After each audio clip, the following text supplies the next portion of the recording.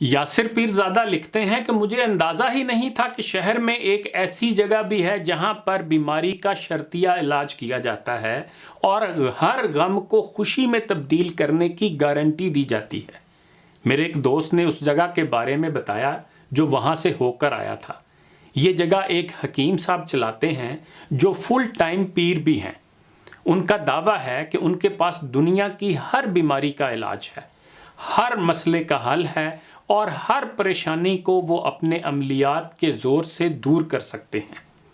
ان کے مطب نما ڈیرے پر لوگوں کا رش لگا رہتا ہے۔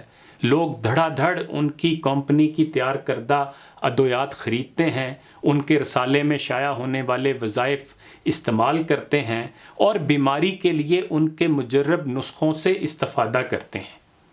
انگریزی اور اردو زبان میں ان کی ایک شاندار ویب سائٹ ہے جس پر انہوں نے اپنا مکمل تعارف دیا ہے، جس کے مطابق ان کا شجرہ نسب اولیاء اللہ سے جا ملتا ہے۔ سوشل میڈیا پر لاکھوں لوگ ان کا پیچھا کرتے ہیں، مطلب فالو کرتے ہیں یا کہہ لیں پیروی کرتے ہیں۔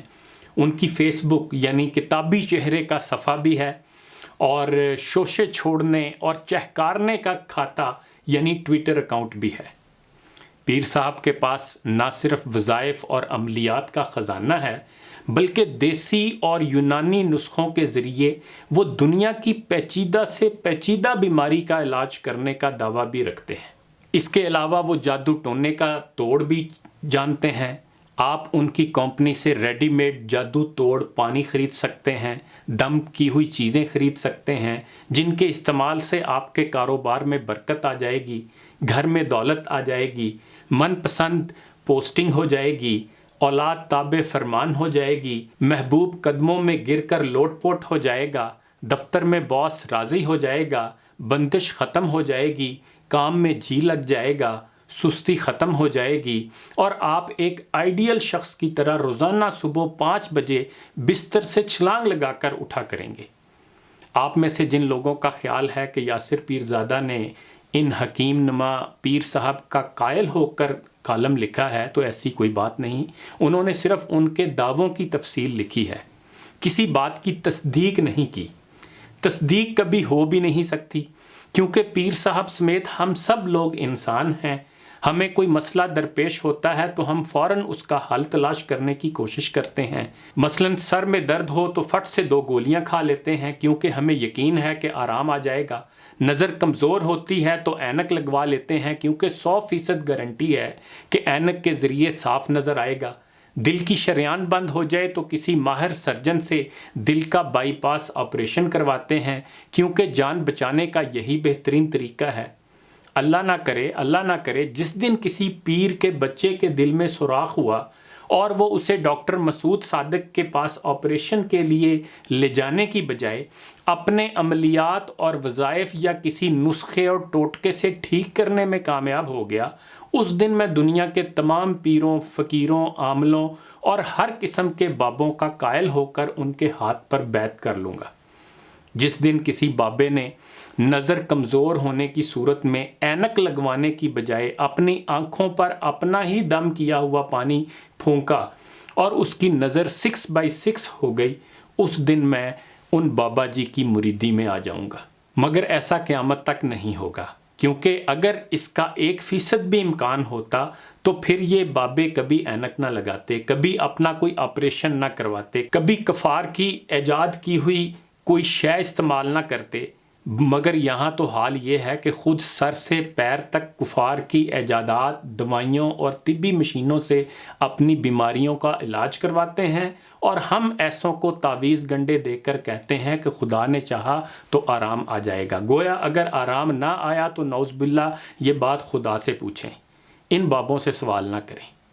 ان تمام باتوں کے باوجود میں نے تھوڑی دیر کے لیے دل میں سوچا کہ ان پیر صاحب سے ملاقات تو کر کے دیکھا جائے، مگر پھر ارادہ بدل دیا کیونکہ کچھ تحقیق کے بعد مجھے یہ معلوم ہوا کہ شہر میں ایسی کئی کمپنیاں ہیں جو اس قسم کا سودا بیچ رہی ہیں۔ ایسے سول پروپرائٹر پیر بھی ہیں جو گھر پر جا کر دم کرنے کی سروس فراہم کرتے ہیں۔ ان کے بقول یہ دافع البلیات ہوتا ہے کچھ کاروباری حضرات انہیں ماہانہ بنیادوں پر فیس دے کر اپنی فیکٹریوں اور کارخانوں پر دم کرواتے ہیں تاکہ مشینیں کسی ان دیکھی خرابی کی وجہ سے بند نہ ہو جائیں، مزدور ہڑتال پر نہ چلے جائیں اور منافع میں کمی نہ ہو جائے۔ ان عاملوں کے پاس کئی کارپوریٹ کلائنٹس ہیں، عملیات کے عوض انہیں لاکھوں روپے فیس ادا کی جاتی ہے۔ اس کے علاوہ سیاستدان، بیوروکریٹ اور دیگر اداروں کے افسران بھی گاہے بگاہے ان کی خدمات سے استفادہ کرتے ہیں، کبھی چہرے پر پھونکے مرواتے ہیں، کبھی دم کرواتے ہیں اور کبھی ان دیکھے وسوسوں کا حال پوچھتے ہیں۔ جس معاشرے میں اشرافیہ کا یہ حال ہو، اس معاشرے کے بے بس، لاچار اور بد نصیب عوام کا کیا کہنا؟ یہ بیچارے جو کسی اسپتال میں علاج نہیں کروا سکتے، کوئی کاروبار نہیں کر سکتے اور نہ ہی انہیں کوئی ڈھنگ کی نوکری دیتا ہے، انہیں تو بس کوئی آسرا چاہیے اور یہ آسرا کسی پیر فقیر کی صورت انہیں مل جاتا ہے۔ کیسی دلچسپ بات ہے کہ جس قسم کے پیر بابے ہمارے ہاں پائے جاتے ہیں، بالکل ویسے ہی ہندوستان میں بھی ملتے ہیں، بالکل اسی طرح کاروبار کرتے ہیں، وہی سہانے سپنے دکھاتے ہیں، وہی ناقابل یقین دعوے کرتے ہیں، اسی طرح لکشمی کی گارنٹی دیتے ہیں۔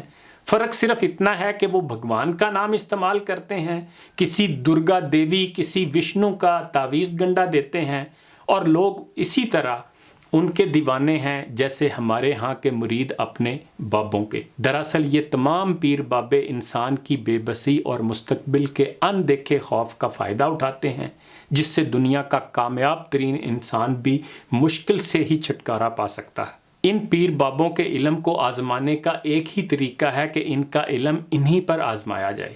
دودھ کا دودھ، پانی کا پانی ہو جائے گا۔ اقبال کے اس شعر کے ساتھ اجازت لیتا ہوں کہ باقی نہ رہی تیری وہ آئینہ ضمیری، اے کشتہ سلطانیوں ملائیو پیری۔ اقبال کے بقول خود تو ہم اپنا پاپی من ٹھیک نہ کر سکے تو پھر یہی ہونا تھا کہ ہم ان 2 نمبر قسم کے حکمرانوں، 2 نمبر مولویوں اور 2 نمبر قسم کے پیروں کے ہتھے ہی چڑھتے۔ انہی گزارشات کے ساتھ اجازت چاہوں گا۔ اپنا خیال رکھیے گا۔ اللہ حافظ۔